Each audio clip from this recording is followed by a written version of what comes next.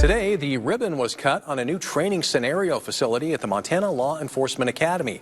MTN's Michael Wolf reports on how the new space will help cadets prepare for a career of fighting crime in the Treasure State. Montana Attorney General Austin Knudsen cut the ribbon on a new law enforcement scenario training facility Thursday. He and other officials told me how the new space will help benefit officers throughout the state in their lines of duty. From the front seat of a police cruiser, the inside of the new scenario training facility is reminiscent of a Montana Main Street, and behind each door is anything but a space for shopping. This is just one of the many rooms at the new scenario-focused law enforcement training facility in Helena. The rooms are designed to simulate anything from apartments to bars and even jails. This environment will allow us to actually introduce students to the typical environments that they will see out in their normal day-to-day job.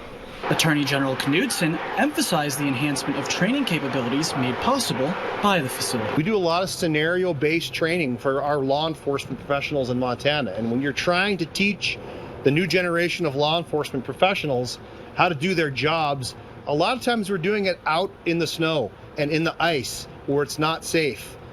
This gives us a climate-controlled facility where we can provide that training year-round. The facility is named after retiring Division of Criminal Investigation Administrator Brian Lockerbie as a tribute to his years of service. Lockerbie hopes that training administered in the new facility might have the potential to save law enforcement officers' lives.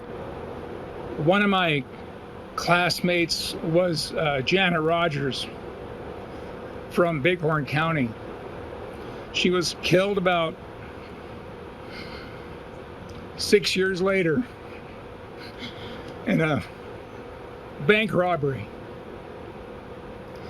And I can't help but wonder if extra training or the right training would have saved her life. Reporting in Helena, Michael Wolf, MTN News.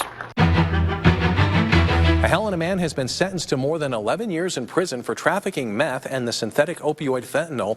34-year-old Christopher Paris Stockdale pleaded guilty in August to federal charges of conspiracy to distribute and possession with the intent to distribute the two drugs.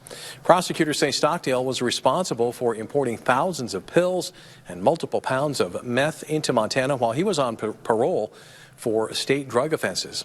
During a search of his truck in the spring of 2023, law enforcement found several hundred fentanyl pills, more than 100 grams of meth, a handgun, and ammunition.